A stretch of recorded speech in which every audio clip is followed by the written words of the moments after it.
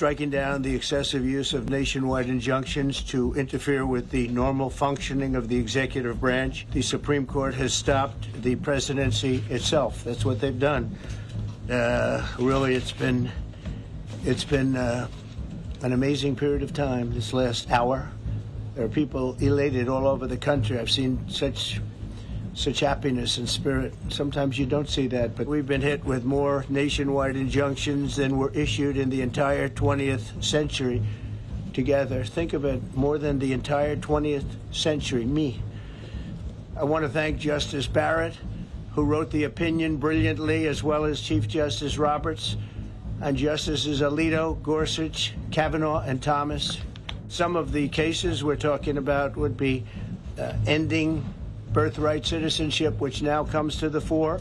That was meant for the babies of slaves. It wasn't meant for people trying to scam the system and come into the country on a vacation. This was, in fact, it was the same date, the exact same date, the end of the Civil War. It was meant for the babies of slaves, and it's so clean and so obvious.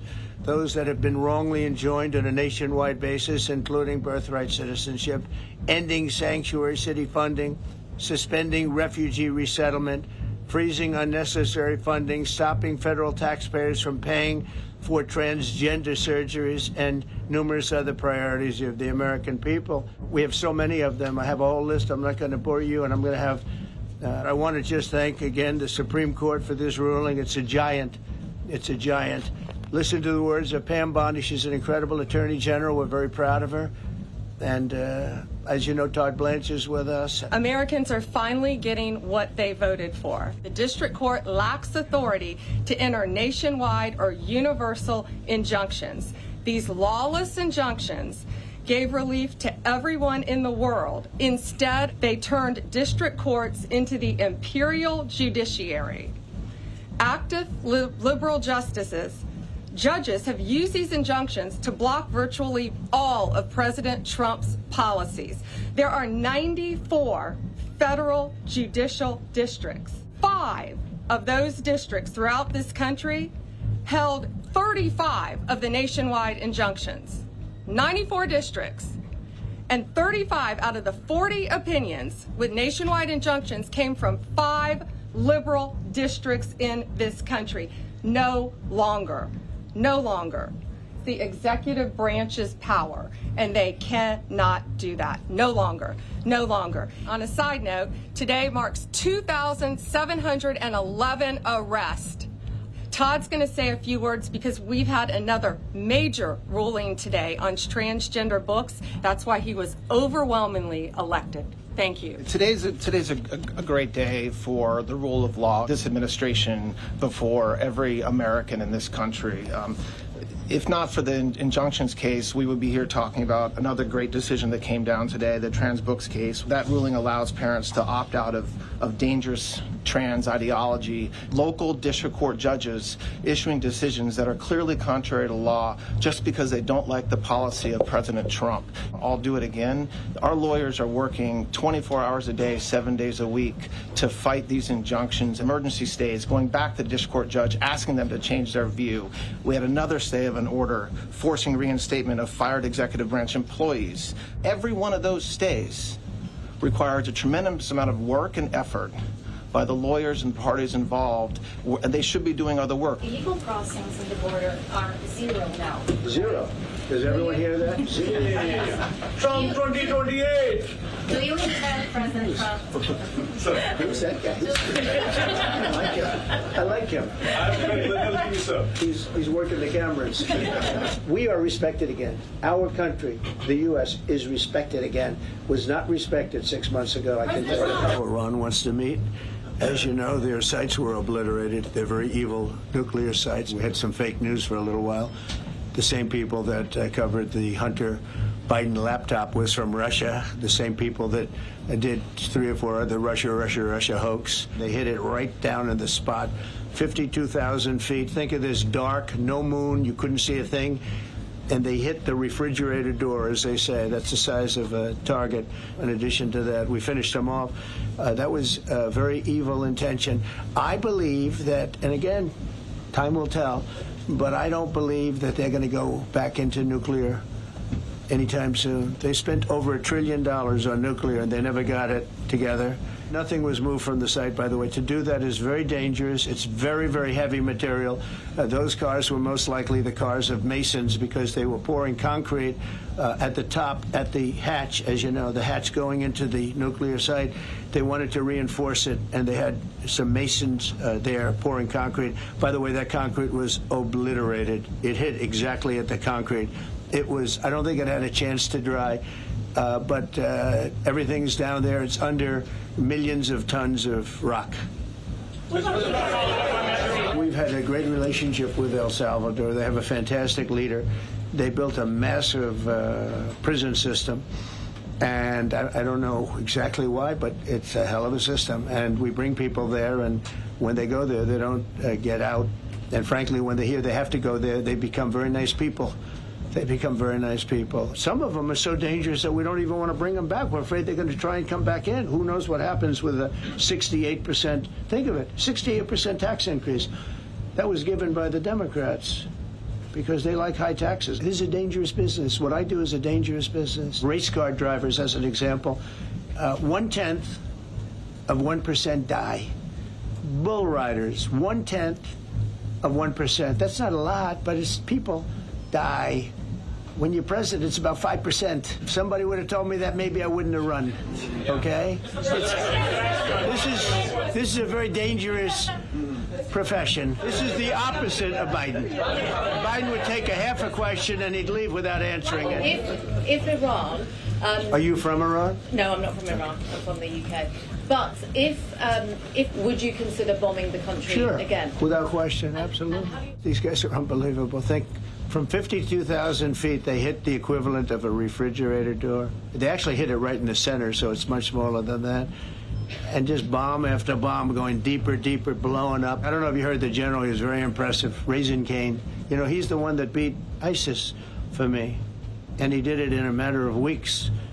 When I heard his name was Raisin, his nickname is Raisin Cane. I said, you got to be kidding. I rebuilt the military during my 4 years. We gave a lot of it away to Afghanistan, but that was small compared to what we have. Are you uncomfortable there? People are being killed. School children are being raided and killed. And I don't even want to say how, but as viciously as I've ever heard. Are you uncomfortable? No, that's the part of the world that I know. Very comfortable. Was able to get them together and sell it. Trying to live, it's such a mess. It's such a mess. The place was bombed to hell. And no, I'm not worried about it at all. I said, look, you're a man of great faith, a man who's highly respected in this country. You have to tell the truth. You got beat to hell. And Israel was beat up too. They were both beat up. And it was a great time to end it. It was quick. They got the hate out. There was a lot of hate, a lot of hate. It would be great if they didn't have that hate. But the last thing they're thinking about is nuclear weapons right now. Thank you so much for doing this. It's very refreshing for all of us here in this room. It's refreshing? Very refreshing, yes. We have to have this. And how do you think today's ruling will enable you to further deliver for American families and workers across the country? It's sort of sad because we're doing the signing at 3 o'clock, and this may very well dominate the signing of a big war that was going on and really affecting the continent of, think of it, the entire continent of Africa was being affected. It gives power back to people that should have it, including Congress, including the presidency. And it only takes bad power away from judges. It really doesn't take power. It takes bad power, sick power, and unfair power. All right, let's go to Washington. Years. Everybody. 30 years. And I'd like to ask Caroline, who's become very famous, big star. Here we have Ariana, who is from the continent of Africa. Why don't you come up here and talk so they can see? Sure. That'd be great. Thank you very much. Thank you, Mr. It's a great honor. Thank you, Mr. President. I'm the only African reporter accredited here at the White House. Wow. And I cover for the entire continent. So I just arrived from Congo, Democratic Republic of the Congo, yesterday. Let me tell you firsthand what I've witnessed myself. I spoke with the people on the street. I spoke with youth. They know your name. They know that a president named President Trump is working hard to finally bring peace. I had opportunity to sit down with President Felix Tshisekedi for an interview because I want to understand his mind. Many American presidents overlooked this conflict. They didn't do nothing. Even myself, when peace finally comes to Democratic Republic of the Congo, he's thinking to nominate you as a Nobel Prize Peace. Caroline said, number one, she did say, and I shouldn't say this because it's politically incorrect, she said, she's beautiful, and you are beautiful. I'm not allowed to say that, that could be the end of my political career, but I said it anyway. But you are beautiful, and you're beautiful inside. You covered Africa for a long time? Yes, for over 10 years. Wow. I cover even your first administration. Yes, I know that. That's great. Since we know in July or in the future, both President of Rwanda and the Congo will be coming to the United States. In Africa, President João Lourenço, the president of Angola, he is also the leader of African Union. Good. He Yes, worked very hard to bring peace, but unfortunately... Let's get him here. Yes, that's okay? right. Would you invite him for me? Of course. Well, I know that he works very hard, and he's the head of essentially the union. So the union all over Africa, not the kind of union that we have. This is the union all over Africa, and I'd love to have him, so you'll let him know. Okay, now you go back to where you belong, right? That's great. It's real knowledge and real heart, too. Congratulations. Okay. So the conflict has continued, and it's been going on for many, many years. It's been going from, I guess they say 30 years. The Great Lakes region of, how is the Great Lakes region? Must be beautiful, right? Beautiful, beautiful region, but they had a lot of war, right? A lot of fighting, a lot of death. And I said, how long has the war been going? And a friend of mine who's very much involved said 30 years, and at least 6 million people were killed during that period of time. It's incredible. Somebody said that was actually, it's the biggest war on the planet since World War II. Senior advisor for African and Africa Affairs, Mossad Boulos, who's, as you know, spends a lot of his time in Africa, and he's very comfortable there. I said, were you at all uncomfortable with all of the turmoil and all of the killing? And he said, no, I wasn't uncomfortable, and that's what you need. Serbia, was, they were getting ready to go to war with a group I won't even mention because it didn't happen. We were able to stop it. I have a friend in Serbia, and they said, we're going to go to war again. And I won't mention that it's Kosovo, but it's Kosovo. We stopped it because of trade. They want to trade with the United States. I said, we don't trade with people that go to war. I guess everybody saw, and it was going to get very bad. They hit their target, the size of this desk, half the size of this desk, from about 52,000 feet in the dark of night with no moon, zero moon. They wanted it that way. Can you believe it? And they hit, every missile hit exactly half the size of this beautiful Resolute desk. We don't want to talk about it when it comes to rockets hitting it, but half the size of this. We had a very busy and successful week, and in addition to that, our economy is doing great, setting records with the economy. Which will become known as the Washington Accord with regards to the Great Lakes region. That's great. There are some economic... Why not the Trump Accord? If you wish. I'm only kidding. There's an economic aspect as well that is extremely important for both countries. They have also worked. There will be some bilateral agreements. We're negotiating a minerals deal with the DRC for critical minerals. Many American companies have shown interest in investing in the DRC. American companies have shown interest, and not only in mining, but also in the midstream and downstream, which would be the processing of minerals. We have a lot of our big companies are there, between rare earth and all of the other things that they do in Africa, which is very greatly expanding. You have earth, they consider it to be about the best in the world, actually, I've heard. So we're doing a lot of different things. It's all going to bring everybody together. That's how this all began, I guess. Oh, they look better than me. I don't like it. I don't like it. That's beautiful. That's very good. We have a good photographer. Beautiful. That's great. You better, I'll tell you better do the job here. We're going to come down hard. This is for the Congo. And what is it? For the Congo. Yes. The east. Okay. Let's see, do we have two of them? I think so. He wouldn't give us one. He would have made a big mistake. Do you have any questions? Yes, sir. On the subject, Why not? Why not Canada, by the way? Why? I mean, because this is about a different subject right now. This is right now actually a much more important subject. We just ended a war that was going on for 30 years where 6 million people died. So don't ask me a trade question on Canada. No other president could do it. They tried and they didn't even try, I don't think. I actually don't think they tried. Do you think Biden tried? He didn't know he was alive. Do you think No, the media will never give me credit, but the people give me credit. That's why I'm here. You had a terrible head of transportation. We have a very good one now, Sean Duffy. But you had Buttigieg, and he didn't know a damn thing. He'd ride to work on his bicycle. He didn't know what the hell was going on. It was a project that should have happened, and I was all set. But we had a very sad experience with the voting. It's funded partially by the bill. It's the initial funding is by the bill, and then it gets to be funded. We think within the next week we're going to get a ceasefire. And we're supplying, as you know, a lot of money and a lot of food. You have to. We're, in theory, not involved in it, but we're involved because people are dying. And I look at those crowds of people that have no food, no anything, and, you know, we're the ones that are getting it there. Some of it's being taken by some bad people. I think we have to, on a humanitarian basis. Like this, we didn't have to get involved in Africa, but we did because we thought it was, I've been reading, we just had a great Supreme Court victory today, and everybody would say that was big, but, you know, we're talking about saving thousands and probably millions of lives here. I've had a good relationship with Kim Jong-un.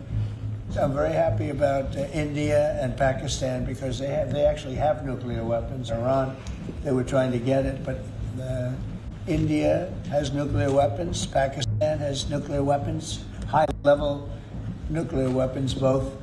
The last thing they're thinking about right now is enriched uranium. Are you considering sending Patriot missiles to Ukraine? Have you made up your mind about that yet? We have taken the concept of operation for the neutralization of the FDLR, which is a vicious genocidal movement. This was already signed last year in November, so we will implement it. There are currently talks between the AFC M23 and the DRC government to have a peace deal also that will complement the Washington peace agreement. They can enforce their own agreement, but we'll be putting a lot of pressure on to make sure it gets enforced. Can you share with us what can happen if one of the parts violate this peace agreement? Because we don't want war to come back to Well, DRC. I'd rather not say. Canada put a charge on some of our companies, and Canada's been a very difficult country to deal with. We hear Canada, we have a great relationship with the people of Canada. They put a charge, and they were a little bit early, we found out about it. So, and we have all the cards. We have every single one. We don't want to do anything bad, but they have, economically, we have such power over Canada. I'd rather not use it, but they did something with our tech companies today trying to copy Europe. You know, they copied Europe. It's not going to work out well for Europe either, and it's not going to work out well for Canada. They were foolish to do it. And so I said we're going to stop all negotiations with Canada right now until they straighten out their act. They put a tax on companies that were American companies that they shouldn't, a very severe tax. And yeah, I guess they could remove it. They will, but I don't really, I mean, it doesn't matter to me. We have all the cards. We have all the cards. You know, we do a lot of business with Canada, but relatively little. They do most of their businesses with us. And when you have that circumstance, you treat people better. They charge us 400% on some dairy products. 400%. Nobody writes that. It's not fair to our farmers, and we've got to protect our farmers. Any comments on whether or not Powell should step down? I'd love him to resign if he wanted to. He's done a lousy job. Look, if you were there, you'd say, well, you know, Biden had the worst inflation in the history of our country. 19%, but I think it was much higher than that. Frankly, they say 19%. I say I think it's a lot higher than that. We've done a great job on inflation, and honestly, pretty much everything else. I think it's very sad the way people act. A guy in there that with the stroke of a pen could lower interest rates and save us hundreds of billions of dollars a year. but he's a stupid person. You know, it's very interesting. He, $600 billion, maybe even, these are nice numbers for you, right? $900 billion, $950 billion by lowering interest rates. It's really just more of a paper movement. Without us, everything blows up. You know, we sort of control the world in that sense. Get this guy out, and whoever is in there will lower rates. If I don't, I'm going to put somebody that wants to cut rates. There are a lot of them out there. He should be cutting rates. Think of it, we have a great country, we're making a lot of money, we're taking in billions of dollars in tariffs, $15 trillion of money that wants to be invested here, which is a record, and it's going to be much higher than that. That's after essentially 2 months, because, you know, we've been doing it for about 2 months, 2.5 months. And I say it to everybody, when I was in the Middle East, the King of Saudi Arabia, Qatar, UAE, all great leaders, they have all great leaders. All three of them said, you got the hottest country in the world, and you did it. At that time, I was there for 4 months, because we got back a little while ago. We have the hottest country in the world right now. The only thing is we have a Fed chairman that is, he doesn't get it. You can't go out to the market and say, well, we have a guy that's got us at 4% or 4.5%, and we want to pay 2% or 1%. I think we should be paying 1% right now.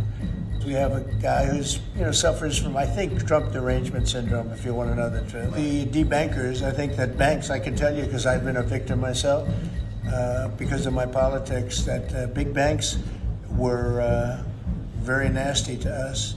And I actually think it was Biden's people that told them to be, because the one group of people that banks are afraid of are the regulators. They are petrified of the regulators. And I've seen the biggest banker. I can tell you, you see him on television all the time. If a regulator walked into the room, he gets all nervous and crazy. They're afraid of the regulators. And if the Biden people order the banks to be virtually closed, they can do anything they want. The regulators control the banks. It's not the president of the bank.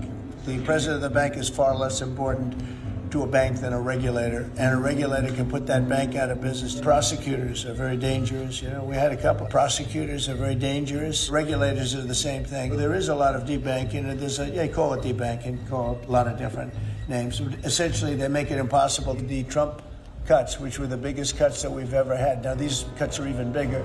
The European Union was formed in order to take advantage of the United States and trade. That was why they were formed, and they're nasty. They're very nasty. We have a good relationship. If you look at past presidents, they've treated them very badly. We have the cards. We have the cards far more than they do. And they have not treated us well. And I said I was going to put on a 50% tariff. As soon as I said that, I put it out on Truth. As soon as I said that, they came to the table. They didn't want to come to the table. My people were telling me, Scott was telling me, and the whole group was telling me that not a good situation. They want to tap it down the line. They don't want to really deal. They have a lot of taxes that you wouldn't put on, and they sue all our companies. They're constantly suing Apple and Google and all of these companies, and they're getting, you know, in front of judges that essentially almost work for them. I guess they do work for them. They're European Union judges. And they're getting these crazy rewards. Apple was fined $17 billion, and others are being fined tremendous numbers of dollars. They're nasty people, and I don't want them affecting U.S. companies. Putin respects our country, and President Xi of China respects our country. Kim Jong-un they respect our country again. We were not a country that was respected. They had, I guess, evil intentions. You couldn't be that stupid. They had evil intentions. But the world respects our country again. The president taking some time there this afternoon, just like he did this morning at the James S. Brady press briefing room, where Carolyn Levitt